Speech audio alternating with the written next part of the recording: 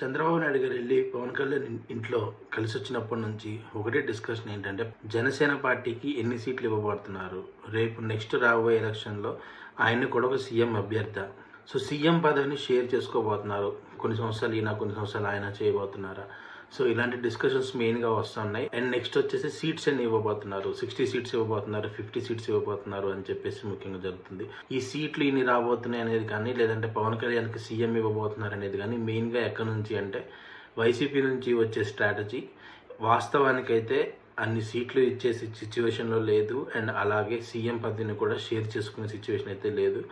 Current situation క్షుణ్ణంగా చూస్తే కనుక చంద్రబాబు నాయుడు గారిని సీఎం చేస్తారు.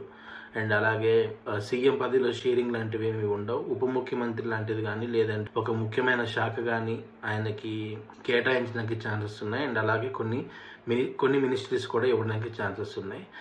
ఇంకోటి ఏంటంటే ఎన్ని సీట్స్ ఇవ్వబోతున్నారు అనేది, 50 ఇస్తారు, 60 ఇస్తారు, అలాంటివి కొన్ని స్ట్రాటజిక్గా కావాలని చెప్పేసి అవి జన సైనికులు అలాంటి వార్తలు విని తర్వాత మా లీడర్కి 50 ఇవ్వలేదు, 60 ఇవ్వలేదు అని చెప్పి వారిలో నుంచి ఒక వ్యతిరేక అనేది స్టార్ట్ అవడానికి ఛాన్సెస్ ఉంటాయి. సో అందుకోసమే స్ట్రాటజిక్గా పవన్ కళ్యాణ్ 50 ఇవ్వబోతున్నారు, 60 ఇవ్వబోతున్నారు, 70 ఇవ్వబోతున్నారు అని చెప్పేసి మాట్లాడుతున్నారు. బట్ వాస్తవానికి సిచ్యువేషన్ ప్రకారం కరెంట్లీ నాకు తెలిసి 30 to 35. పవన్ కళ్యాణ్ గారు కూడా అంతకు మించి కోరుకునే మనస్తత్వంతో ఉన్నవారు కాదు.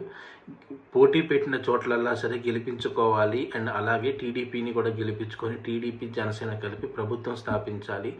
మన సపోర్ట్ అనేది చాలా గట్టిగా ఉండాలి. అలాంటప్పుడే మనం గట్టిగా మాట్లాడగలుగుతాం, ఏదైనా అడగగలుగుతాం అనే ఒక ఉద్దేశంతో ఆయన ముందుకెళ్తున్నారు.